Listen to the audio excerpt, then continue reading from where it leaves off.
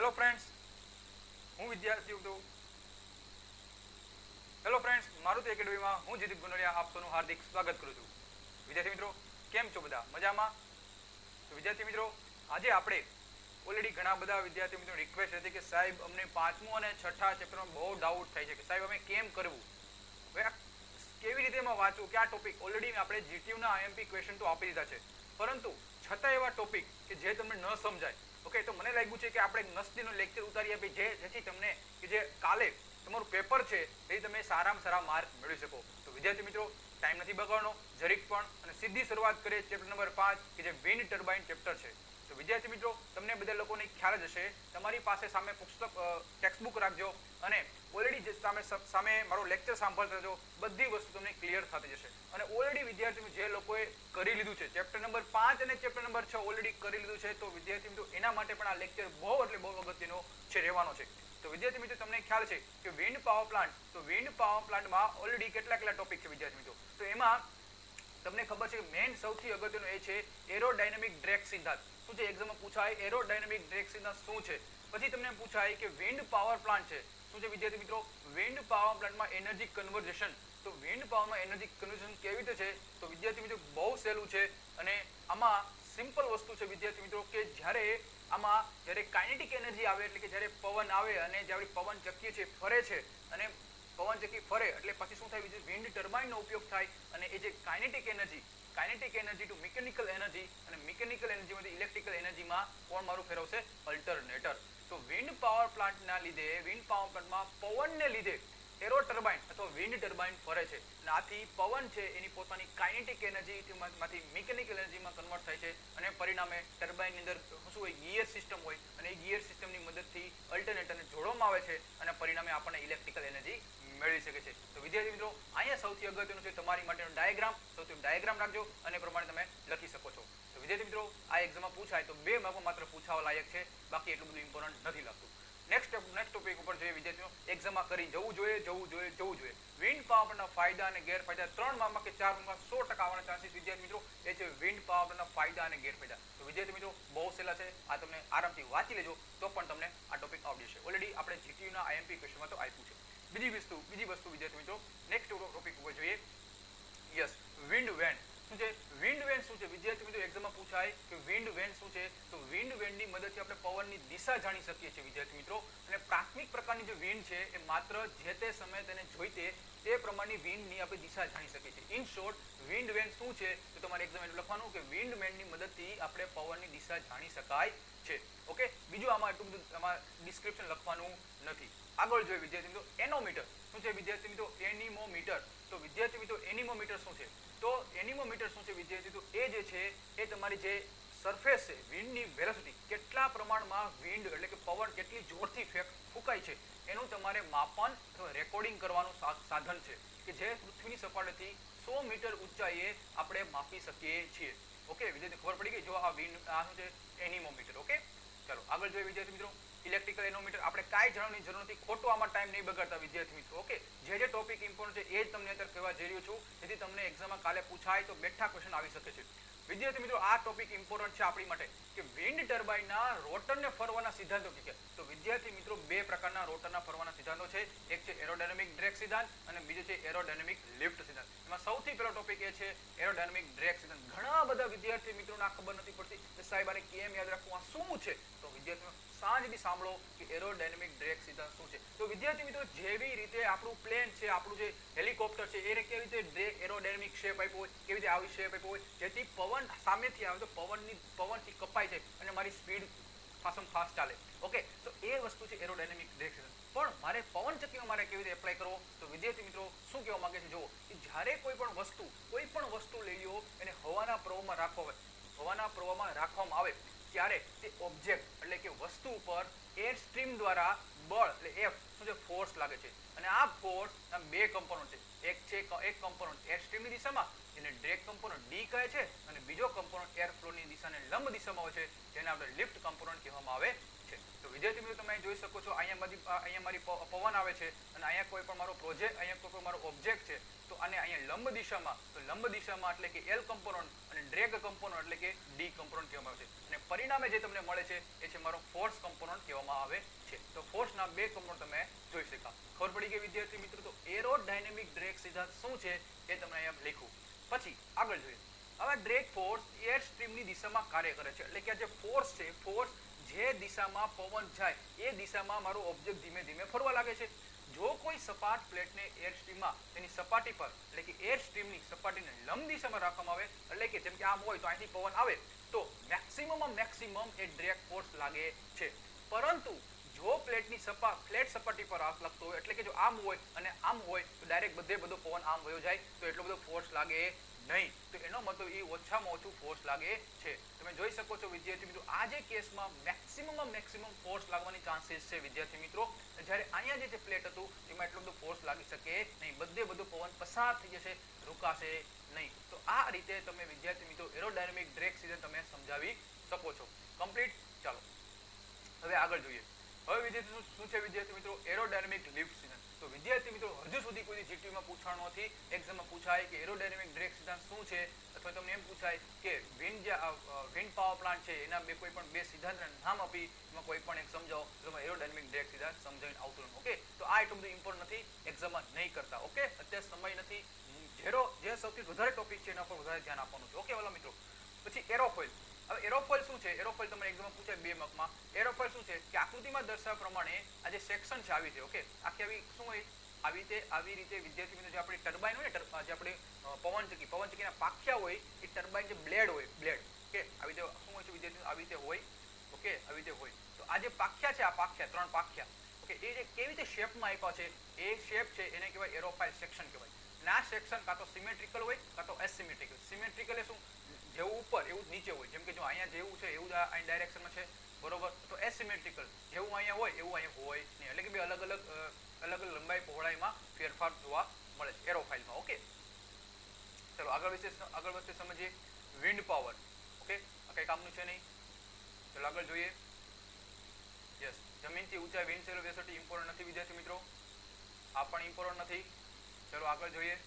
Yes, wind power જનરેશનમાં મહત્વના પદો. એક્ઝામમાં 100% ઉડીને પૂછાય એવા ક્વેશ્ચન એ છે વિન્ડ પાવર જનરેશનમાં મહત્વના ઇમ્પોર્ટન્ટ કયા ટર્મ છે. સૌથી પહેલો ટર્મ એ છે વિન્ડ પાવરની ઇફિશિયન્સી.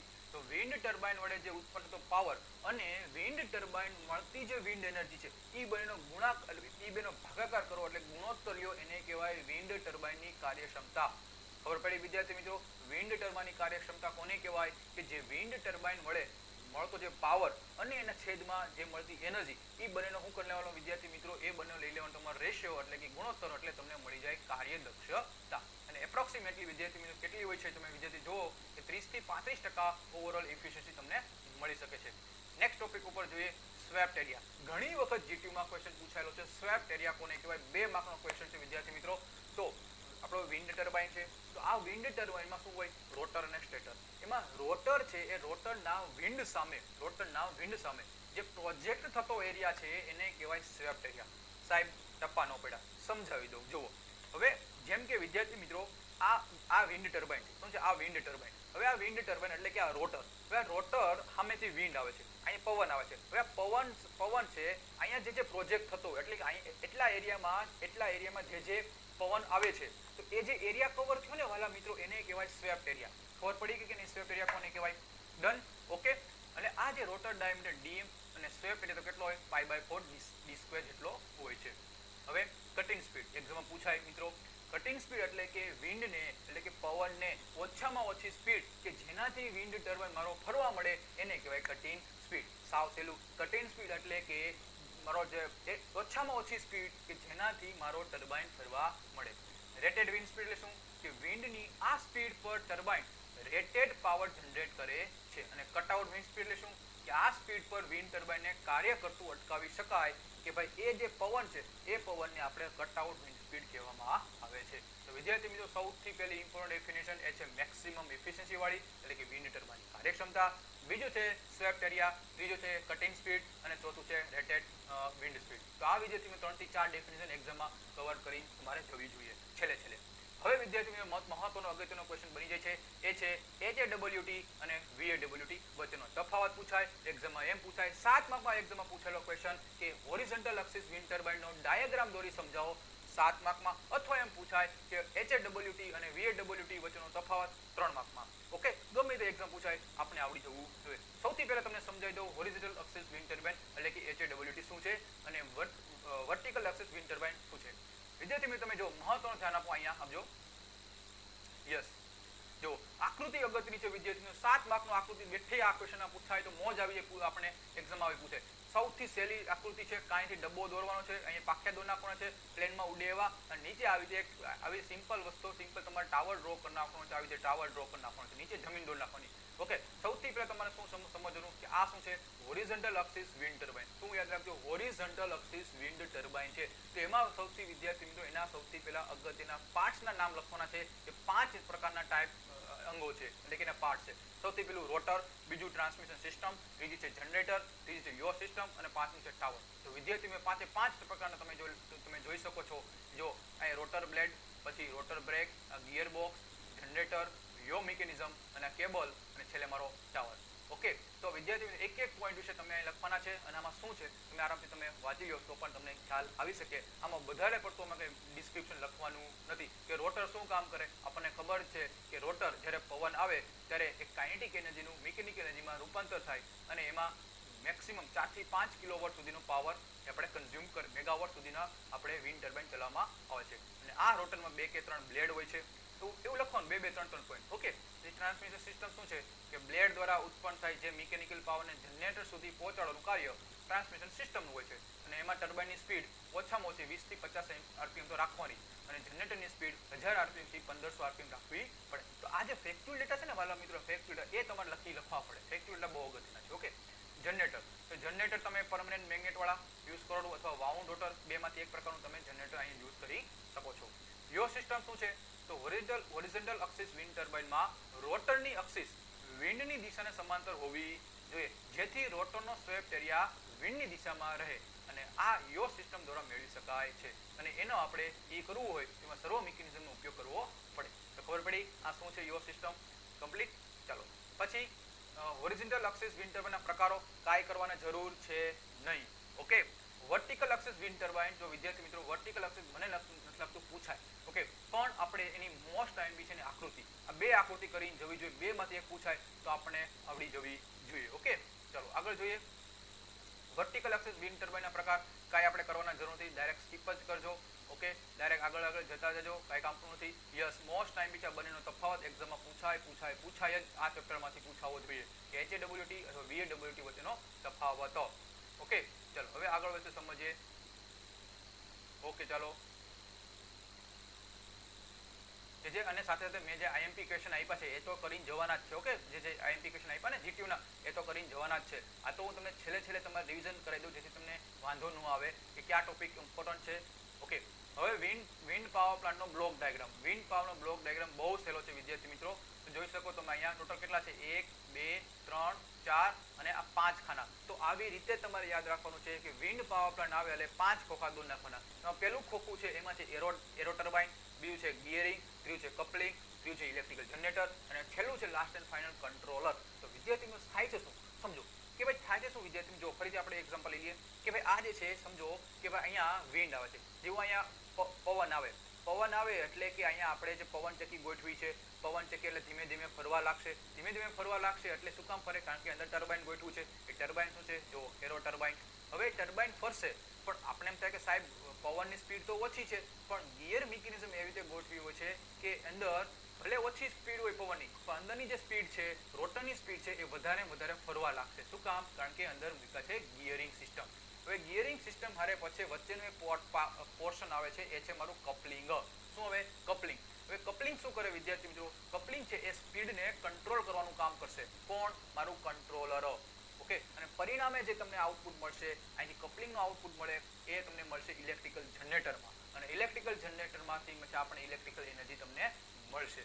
તો વિદ્યાર્થી મિત્રો આવી રીતે તમે એકવાર યાદ રાખી લેજો. તમે આ બોટલ પણ યાદ રાખી લો તો પણ તમને યાદ આવી જાય કે સાહેબ આવી રીતે સમજાવ્યું હતું. પવન આવ્યો, એરો ટર્બાઇન, ગિયરિંગ, કપલિંગ, અને કપલિંગ છે એમાં સ્પીડ કંટ્રોલ કોણ કરે, તો નીચે કંટ્રોલર ભાઈ બેઠો છે, અને ઇલેક્ટ્રિકલ જનરેટર. હવે તમે વાંચી લો એટલે હવે તમને યાદ રહી જશે. ઓકે, ચાલો આગળ ટોપિક ઉપર જોઈએ વિદ્યાર્થી મિત્રો, કારણ કે સમય એટલો બધો નથી કે બધું મારે ટોપિક સમજાવવું. ઓકે, ઘણું બધું મારે કરાવવાનું છે એટલા માટે. ઓકે, આ એટલું બધું ઇમ્પોર્ટન્ટ નથી. તો નેક્સ્ટ ટોપિક ઉપર જોઈએ. ઓકે, યસ, આ વિદ્યાર્થી મિત્રો એક્ઝામમાં માટે ઇમ્પોર્ટન્ટ છે. એ છે વિન્ડ પાવર પ્લાન્ટમાં વપરાતા ઇલેક્ટ્રિકલ જનરેટર. હવે એમાં સૌથી અગત્યનું છે એ છે વિદ્યાર્થી મિત્રો yes wound rotor. Okay, WRIG, wound rotor induction generator. Okay, આ વાઉન્ડ રોટર ઇન્ડક્શન જનરેટર છે, જો તમને બતાડું. યસ, અહીંયા એક તો આ પણ પૂછે છે વિદ્યાર્થી મિત્રો squirrel gauge induction generator, SCIG. તો આ પણ 4 માર્કમાં પૂછાય છે, જે તમે મશીનમાં ભણી ગયા છો, બરોબર. સ્ક્વિરલ ગેજ ઇન્ડક્શન જનરેટર થોડું ઘણું પણ ન ખબર હોય તો તમે આરામથી તમે જુઓ. આ જે ફિગર છે, ફિગર ડ્રો કરવાની જરૂર નથી. ઓકે, અને આ જે સ્લિપ રિંગ ઇન્ડક્શન મોટર છે, તો સ્લિપ રિંગ ઇન્ડક્શન મોટર અથવા એને કહેવાય વાઉન્ડ રોટર ઇન્ડક્શન જનરેટર. હવે બેમાં તમને થોડુંક તફાવત કહી દઉં એ તમને ખ્યાલ આવી જાય. ઓકે, એમાં તફાવત આપ્યો હોય નથી, ચાલો આપ્યો, કાંઈ વાંધો નહીં. ચલો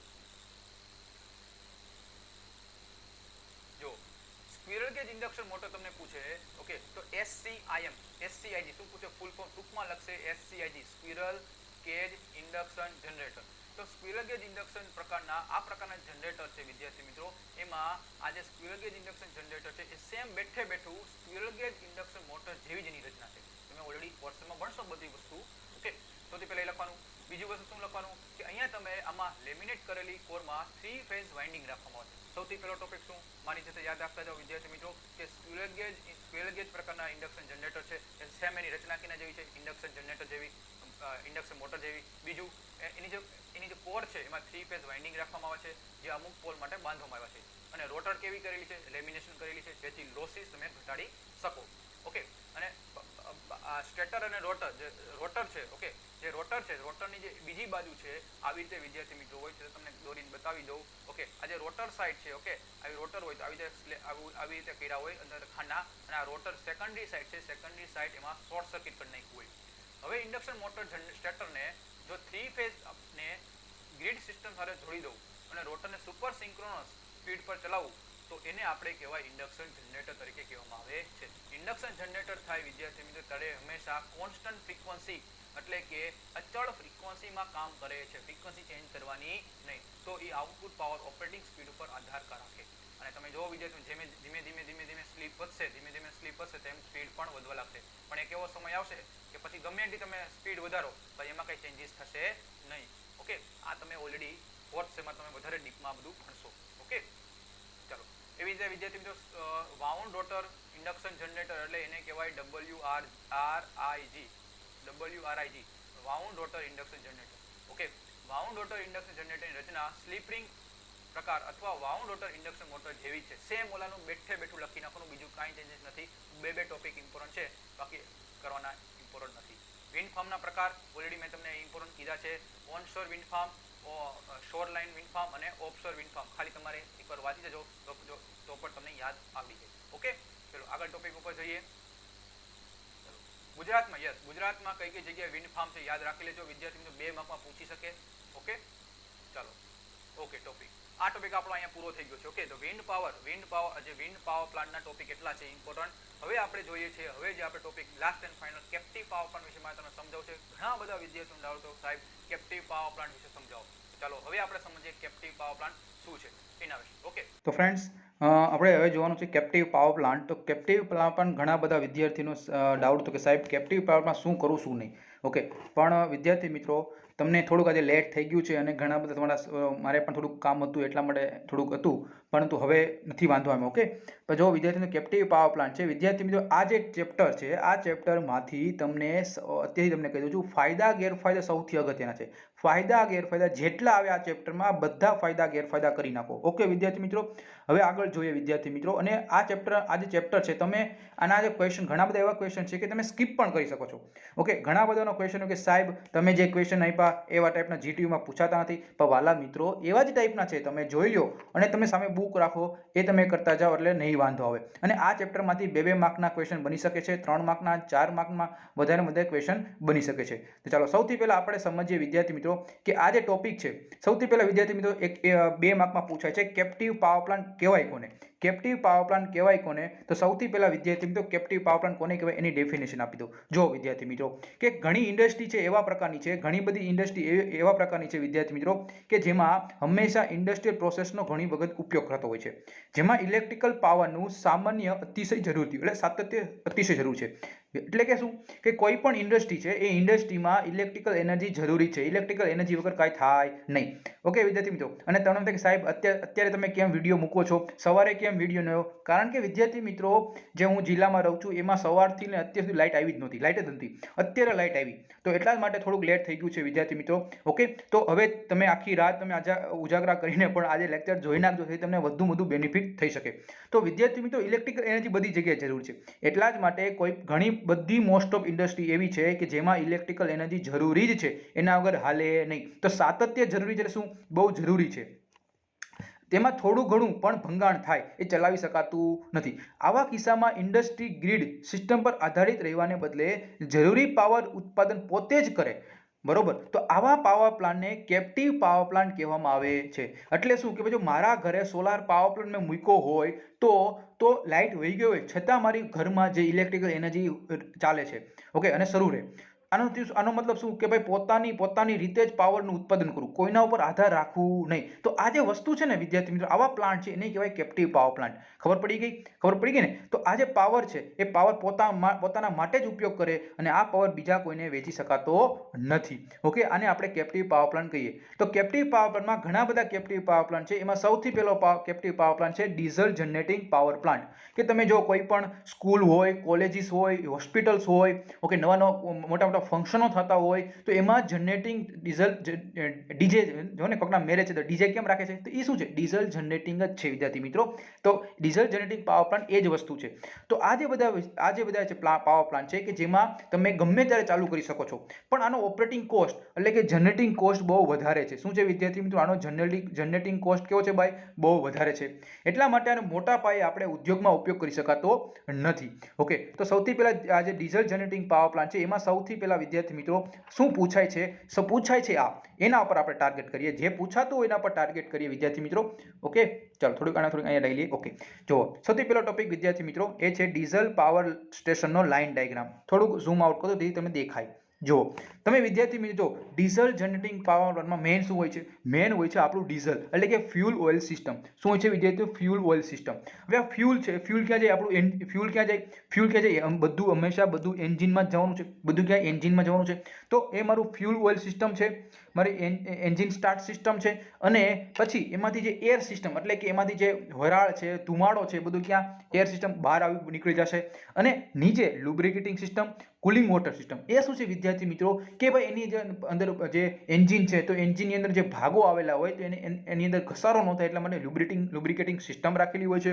અને ગરમ ન થાય એટલા માટે કુલિંગ સિસ્ટમ પણ રાખેલી હોય છે. તો વિદ્યાર્થી મિત્રો અંદર જેવું મેં ડીઝલ નાખ્યું તો ડીઝલમાંથી આપણે ખબર જ છે કે ડીઝલ કાર ચાલે છે, ઓકે, ડીઝલ ટ્રક છે, બધા ડીઝલ બસ છે. તો એ શું છે વિદ્યાર્થી મિત્રો? તો એ જે આપણે જેવું ડીઝલ મેં એડ કર્યું એટલે એમાંથી તમને એ શું છે? મિકેનિકલ એનર્જી પ્રોડ્યુસ થઈ. હવે આ મિકેનિકલ એનર્જીમાંથી ઇલેક્ટ્રિકલ એનર્જીમાં કન્વર્ટ કોણ કરશે? મારું અલ્ટરનેટર. તો અહીંયા આપણે અલ્ટરનેટર આવી ગયું. હવે અલ્ટરનેટરમાં જે રોટર છે એ રોટરને ફેરવવાનું કામ કોણ કરશે? એ ભાઈ મારું એક્સાઇટર કામ કરશે. ખબર પડી ગઈ? અને એમાંથી મારી ઇલેક્ટ્રિકલ એનર્જી મળશે. તો ચાલો એક પોઈન્ટ વિશે આપણે સમજતા જઈએ. આ ટોપિક ઇમ્પોર્ટન્ટ છે. ડીઝલ પાવર સ્ટેશનનો લાઇન ડાયાગ્રામ પૂછાઈ શકે. સૌથી પહેલા ફ્યુલ ઓઇલ સિસ્ટમ સમજીએ. શું કીધું છે જો કે ભાઈ ડીઝલ ઓઇલને ટેન્કર દ્વારા સાઇટ પર લાવીને સ્ટોરેજ ટેન્કમાં સ્ટોર કરવામાં આવે છે અને સ્ટ્રેનર દ્વારા આ ઓઇલને સ્વચ્છ કરવામાં આવે છે. કારણ કે જ્યારે ઓઇલ હોય એ ઓઇલ ઘણું બધું ખરાબ હોય, ઓકે, એ ઓઇલને સ્વચ્છ કરી આપણે એન્જિનમાં નાખતા હોય છે. ટ્રાન્સફર પંપ તેને ડે ટેન્કમાં મોકલે છે અને આ ડે ટેન્કમાં દિવસ દરમિયાન વપરાશનું ઓઇલ સ્ટોર કરી દેવામાં આવે છે. આ ટેન્ક થોડી ઊંચાઈ પર રાખવામાં આવે છે. ડે ટેન્કમાંથી ઓઇલ ફિલ્ટર દ્વારા શુદ્ધ કરીને આપણે એન્જિનમાં ઇન્જેક્શન કરવામાં આવે છે અને પરિણામે આપણે ધીમે ધીમે પ્રોસેસ થવા લાગે છે. હવે એર સિસ્ટમ શું કામ છે? તો એર સિસ્ટમનું કામ છે કે એન્જિનનો જ્યારે સક્શન સ્ટ્રોક દ્વારા એટમોસ્ફિયરની હવા જ્યારે એન્જિનમાં જાય, કારણ કે જે આપણને ખબર છે કે ભાઈ એન્જિન છે, એન્જિન બહારથી હવા સક્શન કરે તો બહારની હવા છે એન્જિનમાં જવાની છે અને આ હવા ફિલ્ટર દ્વારા શુદ્ધ કરવામાં આવે, કારણ કે વાતાવરણમાં જે હવા હોય અશુદ્ધ હોય તો અશુદ્ધને શુદ્ધ કરવા માટે આપણે ફિલ્ટર મૂકેલા હોય છે. કમ્પ્રેશન સ્ટ્રોક દરમિયાન આ હવા શું થાય? દબાય છે અને કમ્પ્રેશન સ્ટ્રોકના અંતે ફ્યુલ હોય છે એ હાઈ પ્રેશર ઇન્જેક્ટ કરવામાં આવે. કેવું? High pressure. જેવું હાઈ પ્રેશર થાય એટલે શું થાય? એનું દહન થવા લાગે અને દહન થવા લાગે એટલે પરિણામે એમાં એક્ઝોસ્ટ સ્ટ્રોક દરમિયાન સાયલેન્સર દ્વારા આપણે હવા બહાર નીકળી જાય. જેમ કે તમારી બાઇક છે તો બાઇકમાં તમે જેવું સેલ્ફ સ્ટાર્ટ કરો એટલે શું થાય? પેટ્રોલ છે, પેટ્રોલનું ઇગ્નિશન થવા લાગશે અને પેટ્રોલનું ઇન્જેક્શન થાય એટલે તમારા સાયલેન્સર મારફત હવા બહાર નીકળે છે અને સાયલેન્સર લીધે થોડો અવાજ પણ આપણે ખબર, સાયલેન્સર ન હોય તો અવાજ બહુ આવે, ધબધબાટી, બરોબર? હવે આવે છે ને, તો એવી રીતે આમાં પણ અવાજ ન આવે એટલે આપણે સાયલેન્સર ગોઠવ્યું હોય છે. કુલિંગ પાવર સિસ્ટમ, તો કુલિંગ વોટર સિસ્ટમ શું છે ભાઈ? તો તમને ખબર જ છે, બરોબર, કે એન્જિન સિલિન્ડરમાં જ્યારે ફ્યુલ થાય, ફ્યુલનું દહન થાય ત્યારે શું થાય? ઉષ્મા ઉત્પન્ન થવાની છે અને આથી તેના સિલિન્ડરને ઠંડુ પાડવા માટે કુલિંગ વોટર સર્ક્યુલેટ કરવામાં આવ્યું હોય છે, બરોબર? બીજું કંઈ લખવાની જરૂર નથી. એન્જિન સ્ટાર્ટ સિસ્ટમ, તો એન્જિનને ચાલુ કરવા માટે આપણે કમ્પ્રેસ્ડ એરનો ઉપયોગ કરવામાં આવે છે. આ માટે કમ્પ્રેસ્ડ એર ભરેલ બોટલ એન્જિન રૂમમાં રાખવામાં આવેલી છે અને આ એર બોટલને કમ્પ્રેસરનો આપણે ઉપયોગ કરવામાં આવેલો હોય છે. લુબ્રિકેશન સિસ્ટમ, એ તો મેં તમને સમજાવ્યું કે ભાઈ બોલ બેરિંગ ઘસાઈ ન જાય એટલા માટે લુબ્રિકેટિંગ સિસ્ટમનો ઉપયોગ કરવામાં આવેલો હોય છે. ઓકે, ચલો આગળ ટોપિક ઉપર જોઈએ. એન્જિન. તો એન્જિન કેવા પ્રકારનું હોય? તો એન્જિન છે એ મલ્ટી સિલિન્ડર વર્ટિકલ પ્રકારનું એન્જિન હોય છે. આ એન્જિનમાં ડીઝલનું દહન થાય છે જે કેમિકલ એનર્જી ટુ મિકેનિકલ એનર્જીમાં કન્વર્ટ થાય છે. અલ્ટરનેટર મિકેનિકલ ટુ ઇલેક્ટ્રિકલ અને એક્સાઇટર એ ડીસી પ્રકારનું એક જનરેટર હોય છે કે જે આપણો અલ્ટરનેટરના રોટરને ફેરવવા માટેનું કામ કરે છે. ચલો કમ્પ્લીટ. તો આવી રીતે વિદ્યાર્થી મિત્રો ડીઝલ પાવર પ્લાન્ટનો એક ડાયાગ્રામ હતો. 5 થી 6 મુદ્દા તમારે દોરી નાખવાના અને એના પોઈન્ટ તમારે લખી નાખવાનું. ડન. ડીઝલ, હવે ટોપિક છે diesel power generation, diesel power સ્ટેશનના ફાયદા અને ગેરફાયદા. એક્ઝામમાં પૂછાય છે 2 માર્કમાં, 3 માર્કમાં, ઇવન 4 માર્કમાં પણ આ એક્ઝામમાં પૂછેલો ક્વેશ્ચન છે કે ડીઝલ પાવર સ્ટેશનના ફાયદા અને ગેરફાયદા. તો આરામથી તમને યાદ રાખી જાય. ઓકે, તો આમાં કંઈ સમજાવવાની જરૂર નથી. ડીઝલ પાવર જનરેટરના કઈ જગ્યાએ ઉપયોગ થાય? હવે તમને ખબર જ છે, બરોબર. સેન્ટ્રલ સ્ટેશને યુઝ થાય, ઇમરજન્સી પ્લાન્ટ તરીકે, સ્ટેન્ડ બાય પ્લાન્ટ તરીકે, હાઉસ સર્વિસમાં, નર્સરી સ્ટેશનમાં, હોસ્પિટલ, સિનેમા, બધી જગ્યાએ યુઝ થાય છે. હવે આપણે જોઈએ વિદ્યાર્થી મિત્રો ગેસ ટર્બાઇનમાં પ્લાન્ટ એનર્જી રૂપાંતરણ. આ શું છે વિદ્યાર્થી મિત્રો? હવે વિદ્યાર્થી મિત્રો ગેસ ટર્બાઇન પાવર પ્લાન્ટ આ શું છે? સૌથી પહેલા સમજીએ ગેસ ટર્બાઇન પાવર પ્લાન્ટ શું. જેવી રીતે આપણે સ્ટીમ પાવર પ્લાન્ટ ભીના એટલે કે સ્ટીમનો એટલે કે કોલસાનો ઉપયોગ કરીને આપણે જે બોઇલરમાં આવેલું પાણી અને ગરમ કર્યું એટલે એમાંથી હીટ ઉત્પન્ન થઈ, હીટ આપણે કોને આપી? સુપર હીટરને આપી અને પરિણામે એક્સચેન્જરને આપી, બધું આખું પ્રોસેસ સમજ્યા, બરોબર, આપણે ચેપ્ટર નંબર 1 માં. તો જ્યારે ગેસ બેઝડ પાવર પ્લાન્ટ શું છે? તો જેવી રીતે સ્ટીમ પાવર પ્લાન્ટમાં સ્ટીમ એ વર્કિંગ મીડિયમ હતું જે ટર્બાઇનમાં વિસ્તરણ પામીને મિકેનિકલ એનર્જી ઉત્પન્ન કરતું હતું, તેવી જ રીતે ગેસ ટર્બાઇન પાવર પ્લાન્ટમાં મીડિયમ તરીકે બહુ હાઈ પ્રેશર વાળો ટેમ્પરેચર વાળો ગેસ હોય છે અને એ પણ વિસ્તરણ પામીને મિકેનિકલ એનર્જી રૂપાંતર કરે છે. તો વિદ્યાર્થી મિત્રો અહીંયા જે ગેસ છે એ ગેસ બહુ અગત્યનો છે. તો ગેસ અલગ પ્રકારના ગેસનો આપણે ફ્યુલ તરીકે ઉપયોગ કરીએ છીએ. જેવી રીતે આપણે થર્મલ પાવર સ્ટેશનમાં આપણે કોલસાને ફ્યુલ તરીકે ઉપયોગ કર્યો, ન્યુક્લિયર પાવર પ્લાન્ટમાં યુરેનિયમનો ઉપયોગ કર્યો, બરોબર છે. સોલારમાં આપણે ખબર છે સોલાર પ્લેટનો ઉપયોગ કરીએ છીએ. તો ગેસ ટર્બાઇન પાવર પ્લાન્ટમાં એનર્જી રૂપાંતર કરવી હોય તેનો આ છે ગેસ પાવર પ્લાન્ટનો એનર્જી ફ્લો ડાયાગ્રામ. યાદ રાખી લેજો વિદ્યાર્થી મિત્રો કે આ ડાયાગ્રામ છે, ડાયાગ્રામમાં તમને 4 માર્કનો પૂછાય. તો સૌથી પહેલા શું છે? કમ્બશન ચેમ્બર છે. આ કમ્બશન ચેમ્બરમાં કમ્પ્રેસ્ડ એર કરેલી આપણે મોકલવામાં આવે છે અને પરિણામે અહીંયા આ કમ્બશન ચેમ્બરમાં આ જે કમ્બશન ચેમ્બર છે આ કમ્બશન ચેમ્બરમાં પ્રવાહી કે ગેસ લઈ લિગ્નાઇટ કરવામાં આવે છે એટલે કે એન્ટર કરવામાં આવે છે. આથી ફ્યુલનું થાય દહન. એ ઘણું બધું હાઈ ટેમ્પરેચર ઉત્પન્ન કરે છે અને આ કમ્બશન ચેમ્બરમાં કમ્પ્રેસર દ્વારા કમ્પ્રેસ્ડ કરેલ હવા હાઈ પ્રેશર ફેંકવામાં આવે છે અને પરિણામે ટર્બાઇન ફરવા લાગે છે અને ટર્બાઇન ફરે એટલે આપણે ખબર જ છે કે મિકેનિકલ એનર્જી ઉત્પન્ન થવાની છે અને મિકેનિકલ ટુ એનર્જી રૂપાંતર કોણ કરશે? મારું જનરેટર. ખબર પડી ગઈ ને વિદ્યાર્થી મિત્રો? અને આ જે કમ્બશન ચેમ્બરમાં ઇલેક્ટ્રિકલ જે કેમિકલ એનર્જી રૂપાંતર થાય છે અને આ કેમિકલ ટુ મિકેનિકલમાં કન્વર્ટ કરશે ટર્બાઇન અને ટર્બાઇન ટુ જનરેટરમાં આપણે ઇલેક્ટ્રિકલ એનર્જી મળવા લાગશે. ડન. ચલો ગેસ ટર્બાઇન પાવર પ્લાન્ટનું વર્ગીકરણ ઓકે એક વખત આ જોઈ લો, એટલું બધું મને ઇમ્પોર્ટન્ટ નથી લાગતું, ટાઈમ હોય તો કરજો. ઓકે ચલો આગળ ટોપિક ઉપર જઈએ. ચલો ઓકે યસ. જો વિદ્યાર્થી મિત્રો આ છેલ્લું ચેપ્ટર છે. છેલ્લા ચેપ્ટરમાં હું એટલું બધું મહત્વ નથી આપતો કારણ કે એના ક્વેશ્ચન ઘણા બધા ક્વેશ્ચન છે અથવામાં નીકળીએ છે, પણ આગળના જે ચેપ્ટર છે એ તો બહુ સારામાં સારા કરીને રિવિઝનમાં તમારે કરીને જવા જોઈએ. ગેસ ટર્બાઇન પાવર પ્લાન્ટના ફાયદા અને ગેરફાયદા તમારે કરીને જજો. ઓકે મેં તમને કીધું જ છે ફાયદા અને ગેરફાયદા એકેયના મૂકતા નહીં, બરોબર? એ તો એક્ઝામમાં પૂછાવા લાયક છે. પછી આવે છે બાયોમાસ. વિદ્યાર્થી મિત્રો બાયોગેસ એનર્જી કોને કહેવાય? હવે તમને ખબર જ છે કે વનસ્પતિજન્ય અને પ્રાણીજન્ય જે ઓર્ગેનિક પદાર્થો છે એનો કોહવાટ થઈને આપણે જે કચરો છે ભેગા કરીને આપણે વિઘટન કરીએ છીએ અને પરિણામે આપણે જે ગેસ મળે છે એને આપણે બાયોમાસ કહેતા હોય છે. વનસ્પતિના પાંદડા, ફળ, ફૂલ સૂર્યપ્રકાશમાં રાખવામાં આવે અને પરિણામે જે સિન્થેસિસ પ્રોસેસ થાય અને એમાં ઓક્સિજન વાયુ ઉત્પન્ન થાય છે અને પરિણામે આપણને શું છે એક ગેસ સ્વરૂપે આપણને મળે. આપણે ગામડામાં ઘણા બધા લોકો બાયોગેસ પ્લાન્ટ મૂકતા હોય છે, તો એ જ વસ્તુ છે. તો બાયોગેસના અલગ અલગ 3 સ્વરૂપો છે. ઘન પ્રવાહી વાયુ. ઓકે બાયોગેસની ડેફિનેશન પૂછાય છે. બાયોગેસના ફાયદા ગેરફાયદા મોસ્ટ ટાઈમથી વિદ્યાર્થી મિત્રો કરીને જવા જ જોઈએ. ઓકે સાવ સહેલું છે ભાઈ. એમાં ઉર્જાનું પુનઃપ્રાપ્ય ઉર્જા સ્ત્રોત છે. સૌથી પહેલા વાતાવરણ પ્રદૂષિત થતો નથી, એક જગ્યાએ બીજી જગ્યાએ આપણે ટ્રાન્સપોર્ટ કરવાનું હોય નહીં એટલે ટ્રાન્સપોર્ટેશન ખર્ચ બચી જાય. ઓકે એવું બધી વાર્તા છે એટલે તમને યાદ પણ રાખી લો. ઓકે મને ત્યાં પણ તમને ખબર હોય. પછી ચલો આ એટલું બધું ઇમ્પોર્ટન્ટ મને નથી લાગતું. નેક્સ્ટ ટોપિક ઉપર જોઈએ. બાયોકેમિકલ પ્રોસેસ નહીં કે બાયોગેસ ઇલેક્ટ્રિકલ એનર્જીમાં રૂપાંતરણ નથી કરવાનું. Yes biogas steam power plant સમય હોય તો આ કવર કરજો અને ડાયાગ્રામ ખાલી યાદ રાખી લેજો. ઓકે સેમ આપણો થર્મલ પાવર સ્ટેશન યાદ રહ્યો હોય તો થર્મલ પાવર સ્ટેશન સીધું જ બોઇલર આવી ગયું. શું આવી ગયું? બોઇલર. અહીંયા બાયોગેસ. ઓકે બાયોગેસ આવે એટલે બોઇલરમાંથી સ્ટીમમાંથી આવી ગયું શું આવી ગયું? કન્ડેન્સર. ખબર પડી ગઈ ને? કન્ડેન્સર નથી અલ્ટરનેટર. તો વિદ્યાર્થીઓ એટલા જ માટે મેં તમને TPS થર્મલ પાવર સ્ટેશન મેં તમને સમજાવ્યો છે મસ્તીનો, યાદ પણ રાખ્યો. શું કામ? કારણ કે મને ખબર હતી કે આ બધા ડાયાગ્રામ એના ઉપરથી જ આવે છે, એટલા માટે નો જોયો હોય તો સૌથી પહેલા એ જોઈ લેજો. ઓકે વિદ્યાર્થી મિત્રો, જેથી તમને વધુ ફાયદો થાય. ચલો તો friends open cycle ocean thermal energy conversion system છે, બરોબર? Open cycle ocean thermal energy conversion system. ખાલી આમાં તો ડાયાગ્રામ યાદ રાખજો, વધારે પડતો આમાં ડીપમાં નહીં જતા. ઓકે સમય હોય તો કરજો, નતર કરવાની જરૂર નથી, તો પણ તમારા સારા માર્ક આવી જાય. ઓકે સમય હોય તો કરવાનું, નતર કાંઈ કરવાની જરૂર નથી, મને એટલી ખબર પડે. બરાબર એવી રીતે close cycle ocean thermal energy system છે. આ પણ સમય હોય તો કરવાનું, નતર કંઈ કરવાની જરૂર નથી. ઓકે વધુ તમે 1 થી 5 ચેપ્ટર વધારે ફોકસ આપજો વિદ્યાર્થી મિત્રો, જેથી વધુ તમને વાંધો નહીં આવે. ઓકે ચલો પછી ટાઇડલ પાવર પ્લાન્ટ. મને નથી લાગતું ટાઇડલ પાવર પ્લાન્ટ શું છે. ટાઇડલ પાવરના ફાયદા ગેરફાયદા કરીને જવાના છે.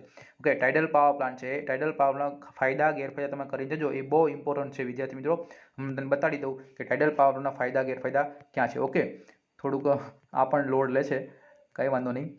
ઓકે અને બીજી વિદ્યાર્થી મિત્રો કંઈ ચિંતા નહીં કરતા. ઓકે જેટલા ક્વેશ્ચન આપ્યા છે વધારે એના પર રીડિંગ કરજો એટલે નહીં વાંધો આવે. ઓકે અને આજે આખી રાત જાગી લેજો, જેથી વધુ તમે ફોકસ કરી શકો. યસ વિદ્યાર્થી મિત્રો, આ એક્ઝામમાં ટોપિક પૂછાયો છે ભૂ ઉષ્મા એટલે geothermal electrical energy conversion system. Geothermal electrical energy conversion system આપણને ખબર છે કે પૃથ્વી પરના ઘણા બધા એવા સ્થળો છે કે ગરમ પાણીના ફુવારા કે ઝરણા છે. આ ઝરણા જીઓથર્મલ એનર્જીના લીધે છે. જેમ કે આપણું તુલસીશ્યામ છે, બરોબર? ગુજરાતમાં તુલસીશ્યામ છે, બરોબર? તો એ પણ શું જીઓથર્મલ એનર્જી છે. તો આ જીઓથર્મલ એનર્જી છે એના લીધે શું થાય, એમાંથી વિદ્યાર્થી મિત્રો ટેમ્પરેચર વધે છે. એમાં શું થાય વિદ્યાર્થી મિત્રો, ટેમ્પરેચર વધે છે અને આ ટેમ્પરેચર વધે કન્ટિન્યુઅસ વધતું કન્ટિન્યુઅસ ઘટતું ન હોય, અલગ હોય છે. ઓકે વિદ્યાર્થી મિત્રો, તો અહીંયા તમે જોઈ શકો છો અલગ રીતે અહીંયા તમને અલગ જમીનની અંદર અલગ એનર્જી પ્રમાણે તમારે ટેમ્પરેચર પ્રમાણે અલગ હોય છે. પણ આ જે છે એ જીઓથર્મલ એનર્જીના સોર્સિસ ક્યાં છે, તો અલગ અહીંયા સોર્સિસ આપ્યા છે. એટલું બધું ઇમ્પોર્ટન્ટ છે નહીં. ઓકે જીઓથર્મલ એનર્જી એટલો બધો ઇમ્પોર્ટન્ટ નથી, પણ જીઓથર્મલ એનર્જીમાં સૌથી પહેલાં એટલું તમારે યાદ રાખવાનું કે જીઓથર્મલ એનર્જી છે એ ક્યાંથી કેવી રીતે ઉત્પન્ન થાય છે એટલું તમે યાદ રાખજો, બરોબર? એટલે તમે એ ટાઈપનો ક્વેશ્ચન પૂછાય તો તમને GTUમાં પૂછાય તો તમને આવડી જાય. ઓકે ખ્યાલ આવી ગયો છે? ડન. ઓકે આ બાઇનરી વેપર જીઓથર્મલ આ બધા ખોટા, આ એક્ઝામમાં કોઈ પૂછાતું નથી એટલે તમે સ્કીપ કરતા હોય. એટલે તમને એમ થાય કે સાહેબ એટલું બધું છે અને તમે કેમ કરું, પણ આવી રીતે કરજો એટલે નહીં વાંધો આવે. અને છેલ્લે આપણે કરજો જીઓથર્મલ એનર્જીના ફાયદા અને ગેરફાયદા, અને ઓકે એટલું તમે કરી જજો. તો વિદ્યાર્થી મિત્રો અહીંયા ટોટલ આપણે યુનિટ નંબર 5 અને યુનિટ નંબર 6ના જેટલા ટોપિકના ઇમ્પોર્ટન્ટ હતા એ બધા ટોપિક મેં તમને ધીમે બધા મોસ્ટ ઓફ કવર કરી દીધા છે. કાલે તમારું પેપર છે તો વિદ્યાર્થી મિત્રો એટલું છે. સૌથી પહેલાં મેં લેક્ચર જેટલા EPGના મૂક્યા છે બધા લેક્ચર જોઈને જજો. અને આજે રાત એક દિવસ છે, તમારી પાસે આખી રાત પડી છે અને સવારે તો તો મેક્સિમમ તમે આ ટોપિક ઉપર જો વધારે ફોકસ કરશો તો કાલના પેપરમાં વધુ તમને આવડશે. બીજી વસ્તુ વિદ્યાર્થીઓને છેલ્લે તમને કહેતો જાઉં છું કે સ્પીડ રાખજો પેપરમાં, કારણ કે પેપર પૂરું નહીં થાય. ડાયાગ્રામ આવશે, ડાયાગ્રામ મસ્તીના ક્લિયર દોરીને જજો, અને સાથે જે ટોપિક હોય એ પોઈન્ટ નીચે અંડરલાઇન કરતા જજો, એટલે વાંધો નહીં આવે પેપરમાં. ઓકે વિદ્યાર્થી મિત્રો, કાલે જેવું પેપર પૂરું થાય એટલે તમે ટેલિગ્રામમાં કોઈ પણ એક વિદ્યાર્થી તમે મને ટેલિગ્રામમાં મેસેજ કરી મને કહી દેજો કે સાહેબ પેપર કેવું રહ્યું, અને કમેન્ટ બોક્સમાં પણ કહેજો પેપર કેવું રહ્યું મને. ઓકે, એટલે મને ખ્યાલ આવે કે આપણે જે કરાવ્યું એમાંથી પેપર હતું કે નહીં હતું. ઓકે, મોસ્ટ ઓફ તો એવા ટાઈપના જ ક્વેશ્ચન પૂછાશે. ચલો, bye, take care, see you soon, all the best phone friend. કાલના પેપર માટે બધા લોકો ને મસ્તીન પેપર જશે. Okay, by.